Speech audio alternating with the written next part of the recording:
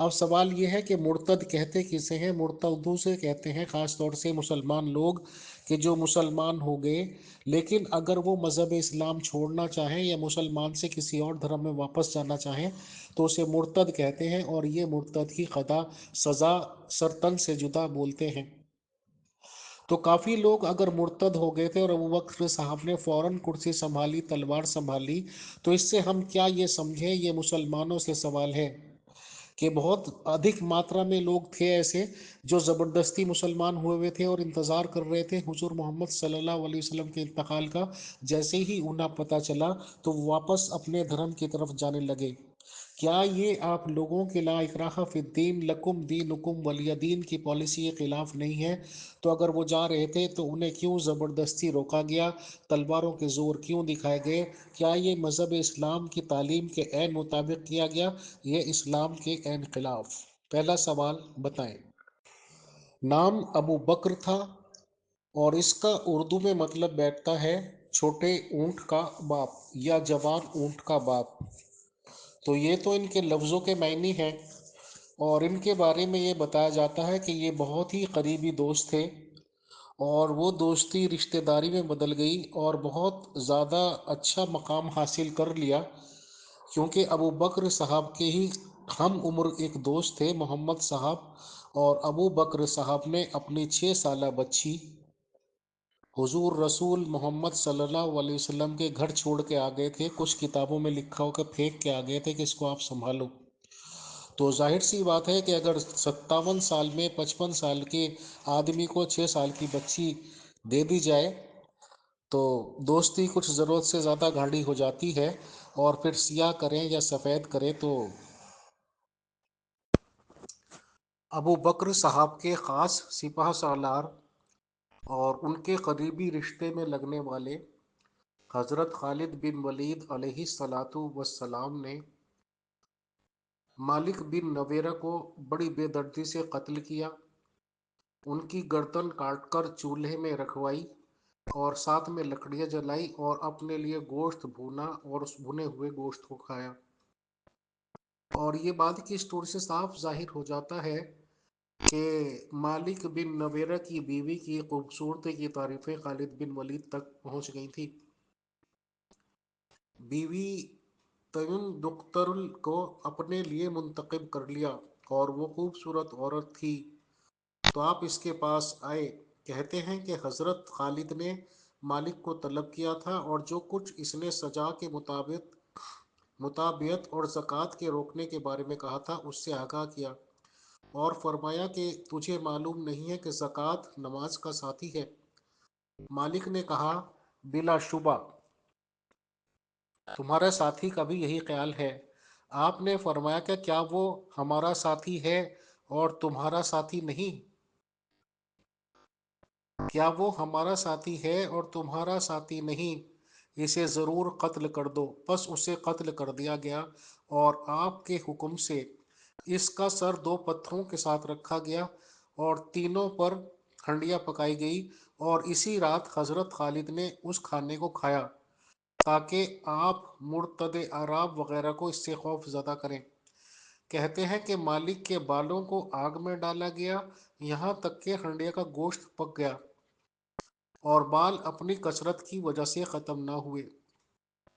حضرت خالد نے جو کچھ کیا تھا اس کے متعلق حضرت ابو فتاوہ نے آپ سے گفتگو کی، اور دونوں نے یا ہم اس بارے میں قیل و قال کیا، حتیٰ کہ حضرت ابو فتاوہ نے جا کر حضرت ابو بکر صدیق پہلے خلیفہ کی مدعا کے پاس آپ کی شکایت کر دی، اور حضرت عمر نے بھی حضرت ابو فتاوہ کے ساتھ حضرت خالد کے بارے میں گفتگو کی، اور حضرت ابو بکر صدیق سے کہا کہ اسے معزول کر دیجئے، اس کی تلوار میں ظلم پایا جاتا ہے۔ حضرت ابو بکر نے فرمایا کہ میں نے اس کی تلوار کو نیام میں نہیں کروں گا جسے اللہ تعالیٰ کفار پر سونتتا ہے، اور تم بن نویرہ بھی آ کر حضرت صدیق کے پاس حضرت خالد کی شکایت کرنے لگا، تو حضرت عمر نے اس کی مدد کرنے کے لیے حضرت صدیق کو مرثیے سنانے لگے جو اس نے اپنے بھائی کے بارے میں کہے تھے۔ بس حضرت صدیق نے اسے اپنے پاس سے بیعت دے دی۔ ان سب باتوں کے باوجود بھی حضرت عمر جو کہ سیکنڈ خلیفہ بنے ہیں، ان کی پرزور سفارشات کے بعد بھی کہ خالد بن ولید کو ڈسمس کر دیا جائے، وہ قاتل ہے، وہ ریپسٹ ہے، اس نے مالک بن نویرہ کی بیوی کی عصمت دری کی ہے۔ یہاں میں سوال یہ پوچھتا ہوں کہ اگر ایک آدمی کو مار دیا گیا اور اس کی بیوی سے صحبت کی جائے، اب وہ بھلے ہی حکومت آپ کی، ڈنڈا آپ کا، تلوار آپ کی، نکاح کا نام دو یا کسی چیز کا نام دو، میاں بیوی کا ایسا مقدس اور پاک رشتہ ہوتا ہے، روح کا اور جسموں کا ملن ہوتا ہے، اور جس بیوی کے ساتھ ایک آدمی رہ چکا یا آدمی کے ساتھ بیوی رہ چکی، ان کے جذبات، خیالات، اندرونی فیلنگ، باہر کی فیلنگ کیا ہوتی ہے، اسے کوئی بھی کپل یا میاں بیوی لوگ ہی محسوس کر سکتے ہیں۔ ایک عورت جس کے شوہر کو بے دردی سے قتل کیا گیا، اس کی گردن الگ کری گئی اور ظلم کی انتہا یہ کی گئی کہ چولہے میں اس کے سر کو رکھ کر لکڑیوں کے ساتھ ملا کر گوشت بھونا گیا اور کھایا گیا، اور پھر اسی کی بیوی کو کھینچ کر بستر پر لے آیا جائے اور اس کو ننگا کر دیا جائے۔ تو کیوں نہ لعنت بھیجیں ایسے ریپسٹ پر، کیوں نہ لعنت بھیجیں ایسے ریپسٹ کے اسپانسر کرنے والے پر، کیوں نہ لعنت بھیجیں جو اسے گرفتار بھی کر سکتا تھا، سزائیں بھی دے سکتا تھا، برطرف بھی کر سکتا تھا، اور وہ خاموش تماشائی بنا رہا۔ ہم بہت ادب، احترام، تمیز، تہذیب، اخلاقیات کے ساتھ مسلمانوں سے ہی یہ سوال پوچھنا چاہتے ہیں کہ کیا یہ انسانیت ہے کسی کو قتل کر دینا اور اس کی بیوی کی ننگا کر دینا؟ کیا یہ انسانیت ہے؟ اور اس کے بعد یہ بھی بات اسی پیج پہ دہرائی گئی ہے کہ جب ابو جزیرہ کی طرف بھیجا گیا تھا خالد بن ولید کو، تو ان قیدیوں کو جنہیں گرفتار کر لیا گیا تھا اور یہ کلمہ پڑھوانے کے چکر میں تھا، تو کیونکہ وہ عربی نہیں جانتے تھے، ان سے ایک آدھ لفظ کی غلطی ہو رہی تھی۔ اگر خالد بن ولید اور ان کا باس ابو بکر اسلام کے سچے سپاہی ہوتے، سچے اسلام کے چاہنے والے ہوتے، تو انہیں سمجھا دیتے کہ بھائی ایسے نہیں، ایسے پڑھو، تاکہ مذہب اسلام کی قوت میں، آدمیوں میں اضافہ ہوتا، بٹ اس نے موقع دیکھ کر، بہانہ بنا کر ان کو قتل کر دیا۔ ظاہر سی بات ہے کہ وہ اور ان کی نسلیں جو مسلمان ہوتی، اس نے وہ سلسلہ وہیں روک دیا۔ یہ شکایت جا کے حضور محمد صلی اللہ علیہ وسلم سے بھی کی گئی، بٹ پتہ نہیں کیا مجبوریاں رہی ہوں گی، کیونکہ جب عمر صاحب زور سے بولے وصیت کے لکھوانے پر، تب وہ خاموش رہے۔ قرآن شریف میں آنا پڑا آیت کو، جب ان لوگوں کو ڈانٹنا تھا کہ نبی کی آواز سے اونچی آواز نہ کرو دونوں کو، بٹ اس میں بھی اللہ تعالیٰ کا سہارا لینا پڑا اور رسول صاحب کچھ نہیں کر سکے۔ ظاہر سی بات ہے کہ قاتل سفاک قاتلوں سے اپنے اور اپنے خاندان کو بچانا بھی ہوتا ہے۔ تو مسلمانوں سے ہمیں ان باتوں کا جواب بھی چاہیے گا کہ ایسا کیوں ہوا، کیوں ہونے والے مسلمانوں کو قتل کر دیا گیا، کیوں ایک آدمی کا قتل کیا گیا اور اس کی بیوی سے عصمت دری کی گئی؟ کیا یہ انسانیت ہے؟ اگر آپ یہ بھی کہیں گے کہ وہ نکاح کر لیا تھا، نکاح کر لیا تھا، تو کیا ایسے آدمی جس کا قتل آج ہی کیا گیا ہو، اس کی بیوی سے کہا جائے وہ دل و دماغ سے تیار ہو کر دوسرے کے بستر پر جا سکتی ہے؟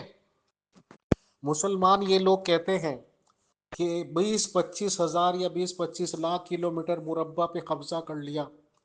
خطوط بھیجے جاتے تھے کہ یا تو مسلمان ہو جاؤ، اسلام لے آؤ، یا پھر جزیہ کنڈا ٹیکس دو، نہیں تو آپ لوگوں کو قتل کر دیا جائے گا، اور آپ لوگوں کو، بہو بیٹیوں کو اٹھا لیا جائے گا، اور اٹھائی بھی جاتی تھی۔ آج میں بہت تمیز، تہذیب، اخلاقیات کے دائرے میں رہ کر یہ سوال پوچھتا ہوں کہ مسلمان، خاص طور سے پاکستان کے اور ملکوں کے بھی مجھے معلوم نہیں، یہ کہتے ہیں کہ ہندو گورنمنٹ ایسی ویسی ڈبل پیسی ہندوستان کی، بٹ ہندوستان میں لگ بھگ نیئر اباؤٹ 40 کروڑ مسلمان ہیں آج کی تاریخ میں، جبکہ پاکستان میں 23-24-25 کروڑ بتاتے ہیں۔ چلو کتنے بھی ہوں گے، بٹ الٹیمیٹلی یہ سچ ہے کہ پاکستان سے کم مسلمان ہیں۔